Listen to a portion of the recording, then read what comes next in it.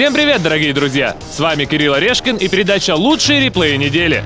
Напоминаю, что если наш канал ВГТВ до сентября наберет 1 миллион подписчиков, то с нового сезона ЛРН будет выходить каждую неделю. И это совсем не сложно, потому что на официальном канале у нас уже 2 миллиона подписчиков. Проверьте, подписаны ли вы на ВГТВ.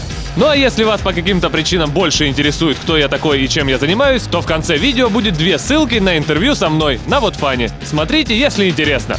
Ну а сегодня вас ждет настоящая драка между седьмым истцом и батчатом в номинации «Отличник», AMX 50B с 12 тысячами урона и самый дерзкий защитник на 90-ке. Но сначала, как всегда, разогрев.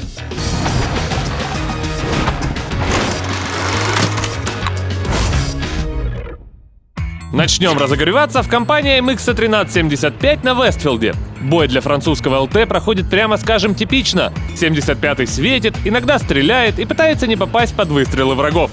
Все меняется тогда, когда наш француз набирается храбрости и топит на чужую базу. Вот уже и вражеская арта повержена, и пора бы вставать на захват. ЛТ в компании союзного Е-50 мельтешат на базе, с двух сторон едут ИС-8 и ФВ-215Б-183. Советский тяж стреляет, и изящная па француза приносит команде победу. Одно действие и столько радости.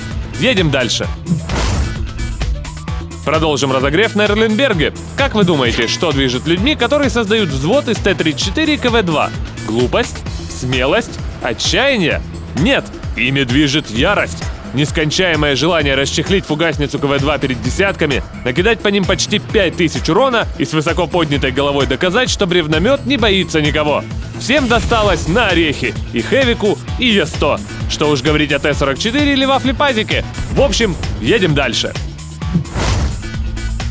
Закончим разогрев на карте Лайвокс. Оказавшись в топе, Т-34, как честный тяж, хотел отправиться в город.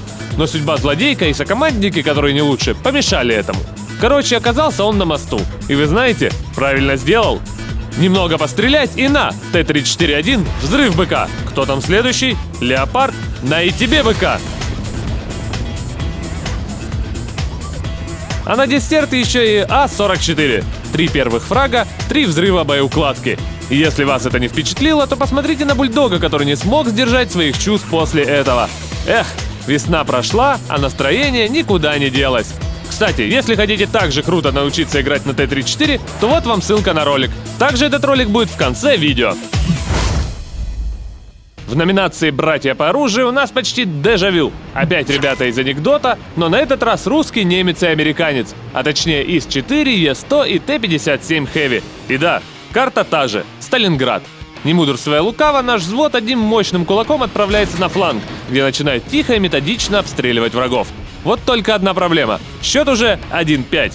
Такой расклад явно не может устраивать, а значит, пора показывать, как играет слаженный взвод.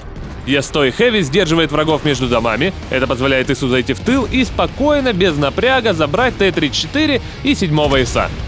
Как теперь дела? До сих пор плохо? Ладно, герои фокусят еще одну семерку и хоть и не без потери прочности, отправляют ее на отдых. Так, как там счет? 4-10? Серьезно? Союзники умирают в 3 раза быстрее, чем взвод десяток убивает один танк. Ситуацию надо срочно исправлять.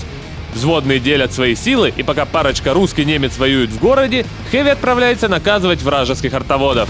Ну, наконец, схема работает.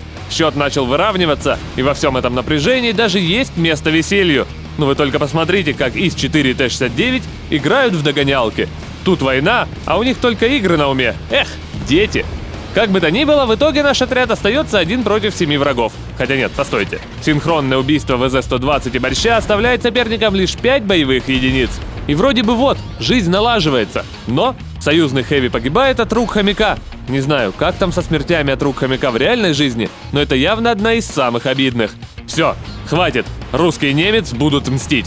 Первой жертвой этой вендетты становится Альфа-Тапок, надо сказать спасибо Е100. Почти сразу ИС-4 вываливается на 8-ку, получает рикошет и наказывает врага. Изгонит 416-го объекта, пару выстрелов и на тебя на блюдечке под ствол немецкого тяжа. Счет равный. Из врагов остались лишь арта и тот самый хомяк. Он наверняка укрылся около базы и да, обнаружен. ИС-4 вступает в перестрелку с недругом. У американца осталось здоровье на 1 меткий плевок, он убегает и... Е100. Еще один загнан под немецкий дробовик. Союзник отомщен, враги разбиты, и будем честны, Поиски арты сейчас чистая формальность. Она же все равно в итоге находится и становится 15-м фрагом нашего взвода. Что тут скажешь? Всех убили, награду получили. Братья по оружию, поздравляем! Отличником этой недели становится игрок с ником Алекс Коварный Танк на коварном 7-м ИСе. Закинула нашего Алекса на карту Харьков, и он с самого начала боя двинул танковать от башни. И вы знаете, вроде как правильно все сделал, но первый фраг пришел лишь тогда, когда 7-й все-таки решился сменить позицию. Танки раскиданы по всей карте, но лишь наш ТТ гуляет как тот самый кот, сам по себе. При такой тактике вклиниться в какую-нибудь разборку и забрать, скажем, какого-нибудь Е100 несложно. Вот только в течение 15 секунд счет становится из 5-8, 5-12. И 7 тут же начинает выправлять столь плачевную ситуацию. Type 61 и Пантера 8-8 отправлены в ангар. Союзники тоже времени зря не теряют, и ситуация чуть выравнивается. 10-12. Но пока наш тяж доказывает 140-му объекту, что из 7 все-таки самая крутая советская десятка, союзники кончаются. Теперь он 1 против 4. Искать врагов даже не приходится, они пытаются окружить ИСа. Но его маневренность позволяет не только не допустить этого, а еще и забрать 9-го Ваффентрагера. Враг успел помять тяжа, но это только взбесило его. Как ястреб он выскакивает на хомяка, и начинается банальная драка. Американец несколько раз пробивает шкуру лунохода, но он не смог устоять перед советским натиском.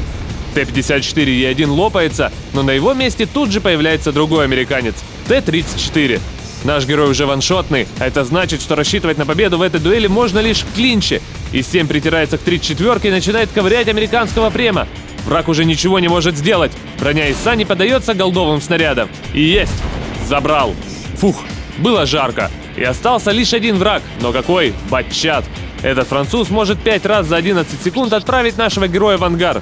7-ка это понимает и решает не испытывать судьбу. На захват. Полоска начинает заполняться, а советский тяж пока пересчитывает снаряды. 1 подкалибр и 5 фугасов. Должно хватить.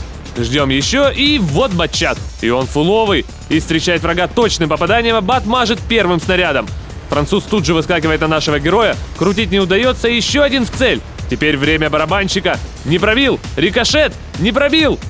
Ис перезарядился и стреляет еще раз. У француза остался снаряд, и главное не ошибиться. 7-й успевает еще раз разрядиться в соперника. Вот-вот будет ответ, и опять не пробил. Невероятно. Барабан разряжен, а значит, Бату остается только бежать. ИС-7 перезаряжается, француз улепетывает, и есть победа. Просто фантастический бой подарил нам этот парень. Почти 11 тысяч урона и настоящая драма, которой позавидовал бы сам Скорсезе. Определенно, отличник недели. Поздравляем! Звание захватчика этой недели уходит игроку с ником V777P на М10 Волварин. В начале боя на Руинберге наш Росомаха, как и любая здравомыслящая ПТ, отправляется прикрывать аллею. Неосторожных врагов там оказалось больше, чем можно было ожидать, а потому вполне логично, что первые 2 фрага американец заработал очень быстро. А еще спустя 2 фрага ПТ понимает, что счет 4-7, и на аллее остался лишь он. Бежать? Нет. Кусты и рога делают свое дело. Есть уже 5 фрагов. Секундное затишье оказывается обманчивым. Сразу 2 врага подкрались опасно близко, но и они не смогли ничего противопоставить Волварину. А вот арта противопоставить может. Именно поэтому упавший рядом чемодан являлся звоночком, который наш герой не мог пропустить. Пора менять позицию. Двигать в атаку не получается, потому как враги уже подбираются к базе. Мгновенный разворот и даже арту успел защитить. Правда, ненадолго. Пока М10 ковырял Т1 Хэви, соперники все-таки уничтожили союзную САУ. А спустя еще мгновение ситуация стала и вовсе плачевной. Последний союзник пал смертью раков, и теперь Росомаха 1 против 6 врагов. Соперники тут же пытаются закончить бой, но 2 из 6 в 3 выстрела отправляются в ангар. Тут же на горизонте появляется Сарл-42. Что я знаю об этом танке? Ничего, только то, что его надо уничтожить. Обходим недруга, и француз становится 11-м фрагом. Остались 2 арты и КВ-1. И все бы ничего, вот только снаряды тоже подходят к концу. Но пока они все же есть, мы еще повоюем. Волварин отправляется в малый город, откуда засвечивает вражескую САУ. Быстрое убийство и хвалебные песни просветленной оптики – почти девиз этого боя. Но тут наступает момент X, начался захват. М10 несется на базу в надежде не увидеть там то, чего не хочет, но его надежды рушатся.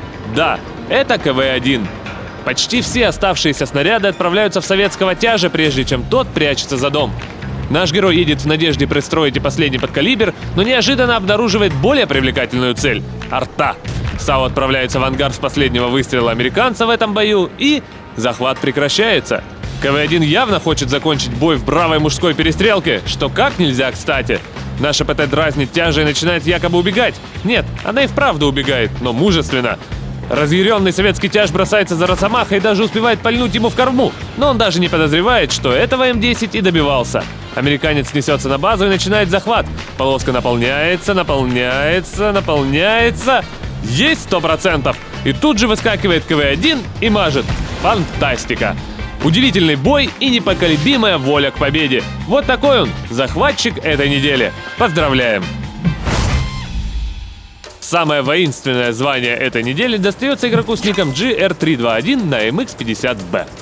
В начале боя на карте ТОП француз отправляется в центр, откуда у него получается пострелять и в Першинга, и в Т-54, и в Хэви. Вот только пользы от этого пока немного. В графе фрагов красуется доблестный 0, и только 90-ик исправляет эту ситуацию. И да, плевать, что он и так лопнул бы от любой кочки. Фраг есть фраг. А вот после этого опять затишье. Кажется, что АМХ целую вечность блуждает по карте в поисках врагов. И лишь когда счет становится 7-11, ситуация начинает вырисовываться более четко. Враги скоро попрут на базу. 50Б несется к родному кругу, и почти сразу это вознаграждается. Весь барабан пристроил наш герой в тушу вражеского лунохода. Удобная позиция плюс терпение вознаграждается еще раз. Теперь это таракан, который мчал куда-то по своим делам. Ну что ж, не свезло. Союзная плот обороны одного из флангов в лице ЯКПЗ-100 умирает, и теперь пора действовать. 50Б в компании союзного Т-54 двигают на другой фланг, где нарываются на Лорейна. Таракан даже не успевает вмешаться в разборку двух барабанов, итогом которой становится победа нокаутом. Наши герои продолжают движение, но это оказывается ошибкой. Вражеский Хэвик врывается на базу и убивает арту. Коллективными усилиями грозный американец отправлен в ангар. АМХ решает, что надо все-таки продолжить движение по флангу и нарывается на борща. ПТ повержена, но выстрел свекольного немца оставляет нашему герою 80 единиц здоровья. Теперь нет права на ошибку. Француз заряжает барабан фугасов для недавно светившегося Ваффентрайгера и двигает на охоту. Т-54 выскакивает отвлекать ПТ, и эта тактика работает. 50Б добивает врага, но арта накрывает союзника. Спасибо, друг, ты определенно попадешь в Алгалу. АМХ собирает все свое мужество в барабан и едет на финальную битву. 2 арты остались. Француз подъезжает к вражеской базе, и вот он враг. Объект 261 обнаружен, выстрел, еще один и есть. Тут же сзади светится Лора, наш герой разворачивается и арта мажет. 50Б торопится и тоже промахивается. САУ уже пропала из-за света, но есть, не успела убежать. Прекрасная победа и вроде как всего 9 фрагов. Но будем откровенны, тот, кто настрелял почти 12 тысяч урона, это явно воин недели. Поздравляем! Звание защитника этой недели уходит игроку с ником А53Р на 90-ки. Начало встречного боя на Редшире протекает для француза в типично светляковой манере. Он светит. И в принципе все идет достаточно ровно, но тот факт, что танки растеклись по всей карте, заставляет нашего ЛТ перейти к более активным действиям. Около базы враги начинают обижать союзного 1375, и 90-ик мчится ему на помощь. Враждебные французы разбирают товарища, а наш герой быстро понимает, что погорячился. Он прикрывается фошем, вколачивает в него почти весь барабан, но грамотно оставляет один снаряд на шотного МХа. Один есть и бежать. С другого фланга уже прут 3 соперника, но коллективными усилиями их число удается уменьшить. Минус Лев. Основная заварушка проходит на северной стороне карты, но появившаяся на мгновение полоска захвата врать не будет. Кто-то на базе. Француз летит к центру карты и бесстрашно выскакивает на все того же Фоша. ПТ явно не ожидал такой дерзости, а потому отправляется в ангар. Попытку вернуться на помощь команде прерывает Борщ. Ну, как прерывает? Он стоял, думал о своем, а 90-ик всадил в него остаток барабана. Жаль, только этих остатков не хватило для смерти немца. Ну да ладно, сейчас есть проблемы поважнее. Счет уже стал 7-12. АМХ решается на захват, попутно уничтожая СТ-1. Но чемодан в метре от него как бы намекает: захват не пройдет. 1390 тут же находит альтернативный вариант и дает пару залпов по ВЗ-120, но получает в лицо и уходит на КД. Крюк в ожидании перезарядки проходит очень даже неспокойно. И Су-152 уже взяла 90-го на прицел. Попытка убежать, выстрел и гусеница. Стоит ли говорить, что это должно было стать приговором для ЛТ? Француз тут же чинится, опять пытается убежать, но второй выстрел и опять гусеница. Невероятное везение. Теперь уже чиниться и убегать нет возможности, тем более что барабан заряжен. Несколько выстрелов по ПТ, и 90-ик успевает забрать неприятеля за долю секунды до того, как тот перезарядится. Ух, жарко. А еще жарче от того, что отходить от этого шока приходится под вой сирены и осознание, что МХ теперь 1 против 5. Француз выбирает наиболее удачную позицию для сбития захвата и первым же выстрелом забирает ВЗ-120. Но сирена не затихает, пора рисковать. 90-ик делает небольшой крюк, чтобы хоть как-то быть неожиданным, но это не удается. Больш бахает ЛТ в лицо и оставляет ему 76 единиц здоровья. Сам он тут же лопается, но здесь еще и Лоррейн. Арта поддается за 2 выстрела и фух, пронесло. Остались двое. 1390 заряжает свой последний барабан и едет на поиски 2 последних САУ. Артиллерии находятся, небольшая перестрелка, враги не попадают, а 90-ик добивает их. Просто фантастика. Удивительный по накалу бой. Весь боекомплект расстрелял наш ЛТ. Но не в этом суть. Скилл и везение — вот что позволили этому парню стать лучшим защитником этой недели. Поздравляем! Ну и на этом у меня все. Напоминаю, что голосовать за лучший реплей надо на нашей странице во ВКонтакте. Заходите туда и подписывайтесь. Ссылка есть в описании к этому ролику.